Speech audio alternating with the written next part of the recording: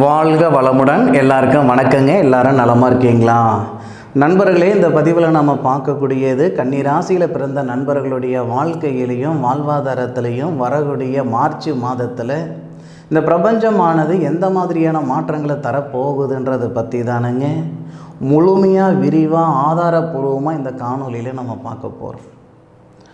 பொதுவாக லக்னங்களுக்கு கொடுக்கக்கூடிய முக்கியத்துவம் ராசிக்கு கொடுக்கறது இல்லைங்க. ராசிக்கு கொடுக்கக்கூடிய முக்கியத்துவங்கள் நட்சத்திரங்களுக்கு கொடுக்கறது இல்லை. அப்போது ஒவ்வொருத்தருக்கும் ஒவ்வொரு விதமான எதிர்பார்ப்புகள் இருக்க தான் செய்யுது. அதை ராசியை பார்க்குறத விட உங்களுடைய நட்சத்திரம், நட்சத்திராதிபதி, அந்த அமைப்புகள் எப்படி இருக்குன்றது பார்க்குறது ரொம்ப ரொம்ப நல்லது. மார்ச் மாதம் பிறக்கப்படக்கூடியது மார்ச் மாதம் 1ஆம் தேதி வெள்ளிக்கிழமை அதிகாலை ஸ்ரீ கருடன் பிறந்த நட்சத்திரம். ஸ்ரீ கருடன் பிறந்த நட்சத்திரம் என்ன நட்சத்திரம்ன்றது நிறைய பேருக்கு தெரியாமல் இருக்கும். சுவாதி நட்சத்திரம். சுவாதி நட்சத்திரம் 3வது பாதத்தில் 193 டிகிரியில் துலா ராசியில் விருச்சிக லக்னத்தில் தான் இந்த மாதம் பிறக்கப்படுது. பிறக்கப்படக்கூடிய மாதத்தால் கன்னிராசி நண்பர்களுக்கு என்ன மாற்றம்? கன்னிராசியில் வரக்கூடிய நட்சத்திரங்கள், முதல் நட்சத்திரம் ஐயப்பன் பிறந்த நட்சத்திரமான உத்தரம் நட்சத்திரம், 2வது பாதம், 3வது பாதம், 4வது பாதம். சார், உத்தர நட்சத்திரத்துக்கு அதிபதி சூரிய பகவான், சூரியனுடைய வழிபாடு எடுத்துக்கிடலாமா? சூரியனுடைய வழிபாடு எடுத்துக்கிறத விட அந்த நட்சத்திரத்துக்குரிய அதிதேவதை யாருன்னு பார்க்கும்போது ஐயப்பன். ஐயப்பன் வழிபாடு ரொம்ப நல்லா இருக்கும். இயல்பாகவே உங்களுக்கு மற்ற கடவுளை வழிபடுறதை விட அந்த ஐயப்பனை வழிபடும் பொழுது மனசுக்குள்ளார ஒரு ஆனந்தம் நிச்சயமாக இருக்க தான் செய்யும். அதன் பிறகு வரக்கூடிய தன்வந்திரி கடவுள் பிறந்த நட்சத்திரம். தன்வந்திரி கடவுள் பிறந்த நட்சத்திரம் தானுங்க அஸ்த நட்சத்திரம்.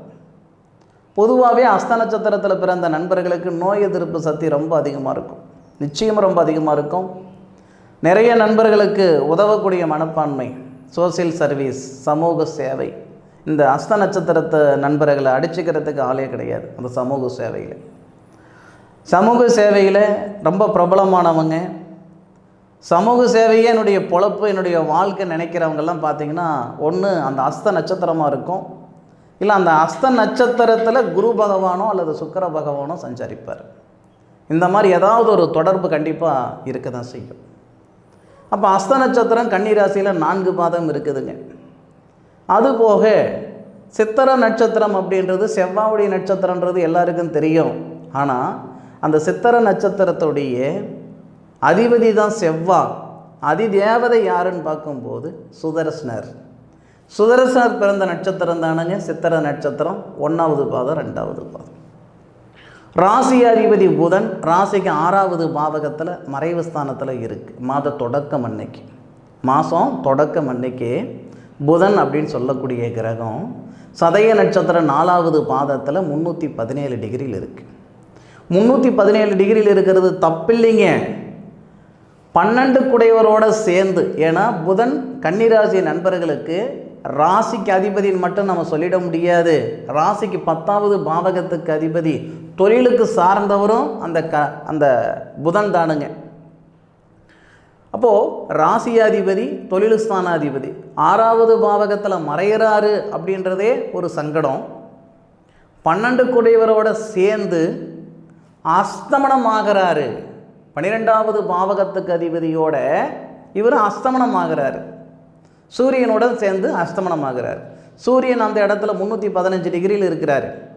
315ன்றதை விட 316 டிகிரியில் இருப்பார். சரியாக சொல்லணும்னா 315 டிகிரியில் சனி இருப்பார், 316 டிகிரியில் சூரியன் இருப்பார், 317 டிகிரியில் புதன் இருப்பார். இது எல்லாமே பார்த்திங்கன்னா 6வது பாவகம் மறைவு ஸ்தானம் இருக்கிறதுனால நமக்கு அது சாதகமான ஒரு தருணம் கிடையாது. ஒன்று, அந்த இடத்துல சூரியன் வெளியே வரணும். 6வது பாவகத்திலிருந்து 7வது பாவகத்துக்கு சூரியன் வரணும், இல்லையா உங்களுடைய ராசியாதிபதி வரணும். 2ல் எது ஃபஸ்ட்டுன்னா புதன் தான். 7ஆம் தேதி, இந்த மார்ச் மாதம் 7ஆம் தேதி புதன் விலக்கிடுவார். அப்போது அந்த 7 நாளுக்கு கண்ணும் கருத்தமாக இருக்க வேண்டிய ஒரு கட்டம். வண்டி வாகனங்கள் போகும் பொழுதோ நமக்கு தான் சமூக சேவை அதிகமாக வருமே கன்னிராசி நண்பர்களுக்கு. நம்ம கண்ணு முன்னாடி ஒரு தப்பு நடந்தால் சம்மதமே இல்லைனாலும் தட்டி கேட்கணும்னு தோணும். இதெல்லாம் நம்ம கொஞ்சம் குறைச்சிக்கிடணும் 7ஆம் தேதி வரை. ஒரு ரோட்டில் ஒரு விபத்து நடந்துருச்சு. இந்த தருணத்தில், இது தப்பாக எடுத்துக்கிடாதீங்க, இந்த தருணத்தில் நம்ம வண்டியை தூரமாக விட்டுவிட்டு ஓடி போய் அவங்கள நம்ம காப்பாற்றணும்னு வச்சுக்கோங்களேன், நாம் தான் இடிச்சு விட்டு நம்ம வண்டியை கொண்டு போய் தூரமாக நிறுத்தி விட்டு வந்துட்டோன்ற பேர் வந்துடும். ஏன் அப்படின்னா, நம்ம ராசியாதிபதி பலவீனமாக இருக்கிறாரு, தொழில் ஸ்தானாதிபதி பலவீனமாக இருக்கிறாரு, 12வது பாவகத்துக்கு அதிபதி சூரியனுடன் அஸ்தமனம் ஆயிட்டார். போகாத இடத்துக்கு போனன்னு பேர் வந்துடும், செய்யாத தப்புக்கு செஞ்சன்னு பேர் வந்துடும். இருக்கிற பிரச்சனை சரி பண்ணுறதுக்குள்ளாரவே போதும்னு இருக்கிறோம். புதுசாக ஒரு பிரச்சனையை உருவாக்கிக்க கூடாதில்ல. அதனால் முடிஞ்ச அளவுக்கு இந்த 7 நாள் அப்படின்றது இந்த கன்னிராசி நண்பர்கள் கண்ணும் கருத்துமாக இருக்க வேண்டிய ஒரு தருணம், சூதானமாக இருக்க வேண்டிய ஒரு தருணம். தயவு செய்து என்னடா இப்படி சொல்கிறாரே இவர் அப்படின்னு நினச்சிக்கிடாதீங்க. நல்லது நடக்குதோ இல்லையோ, கெட்டது நடந்துடக்கூடாது இல்லை. இந்த 7 நாள் மட்டும் கொஞ்சம் சூதானமாக இருங்க. நண்பர்களுடன் சேர்ந்து ஏதாவது ஒரு சவகாசத்துக்கு போகிறதோ, இல்லை ஏதோ ஒரு விஷயம் நமக்கு தொந்தரவு வரும் அப்படின்ட்டு நம்ம உள் மனசு கண்டிப்பாக சொல்லும் பாருங்கள். ஒரு விஷயம் செய்யும் பொழுது செய்யலாமா வேண்டாமா மற்றவங்கக்கிட்ட கேட்குறத விட நம்ம உள் மனசில் யோசனை பண்ணி பார்க்கும்போது அந்த உள் மனசுக்குள்ளார ஒரு எண்ணம் வரும், முடியும் இல்லை முடியாது அப்படின்ட்டு.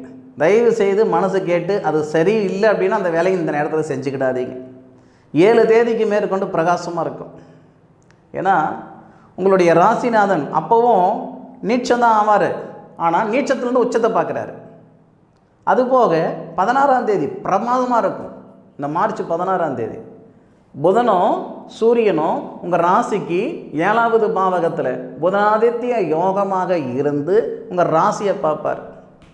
அப்போது இத்தனை நாட்களாக கிட்டத்தட்ட ஒரு 2 வருஷமாக 2.5 வருஷமாக பார்த்தீங்கன்னா கிணத்துல போட்ட கல் மாதிரி உழைப்பு மட்டுமே இருக்குமே தவிர உயர்வு இருக்காது, கஷ்டம் மட்டுமே இருக்குதே தவிர கஷ்டத்துக்கு அந்த பலன் இருக்காது.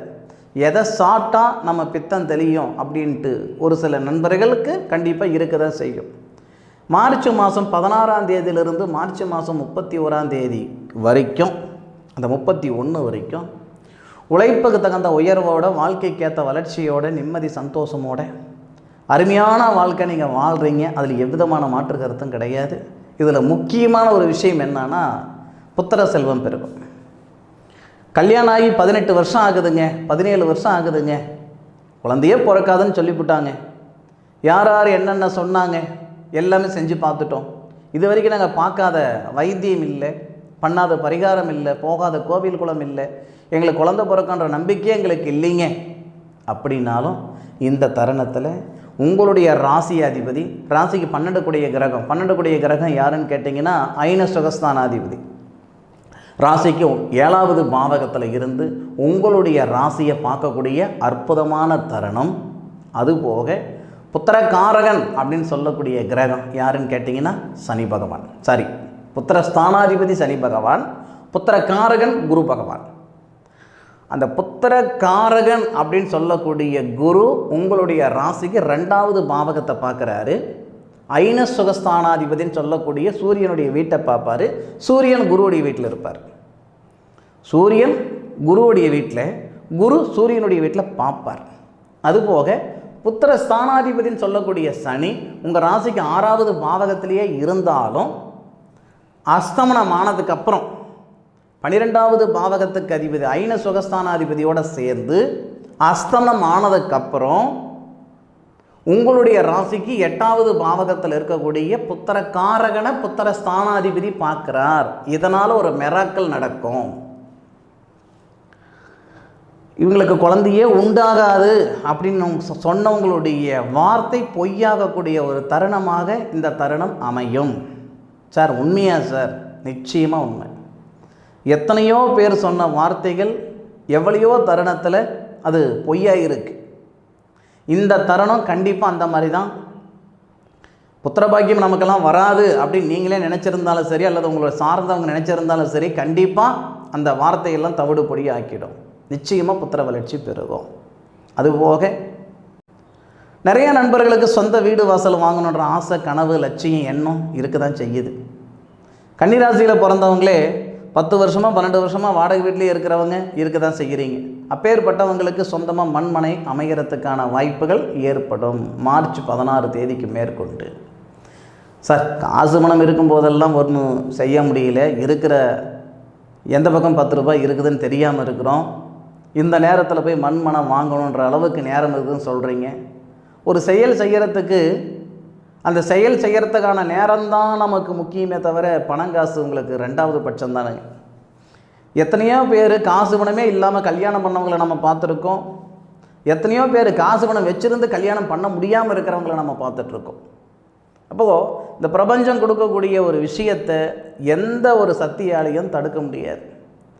கன்னிராசி நண்பர்களுக்கு 4வது பாவகத்துக்கு அதிபதி சுபஸ்தானாதிபதி 8வது பாவகத்தில் மறைவு ஸ்தானத்திலேயே இருந்தாலும் பரணி நட்சத்திரம் சொல்லக்கூடிய சுக்கிர பகவானுடைய நட்சத்திரம், சுக்கிர பகவானுடைய நட்சத்திரத்தில் குரு இருந்து சுக்கிர பகவானுடைய வீடு உங்கள் ராசிக்கு 2வது பாவகத்தை பார்க்குறார், தனஸ்தானத்தை பார்க்குறார்.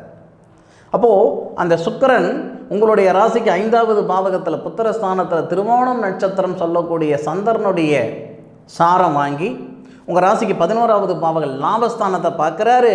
அந்த தனஸ்தானாதிபதினு சொல்லக்கூடிய சுக்கிரன் செவ்வாவுடன் சேர்ந்து, அவர் தானே மண்மனைக்கு சொந்தக்காரர் செவ்வா, உச்சநிலையில் இருக்கக்கூடிய செவ்வா உங்களுடைய ராசிக்கு 11வது பாவகத்தை பார்ப்பதால் தான் இந்த மாதிரியான பலன்கள் ஏற்படும்.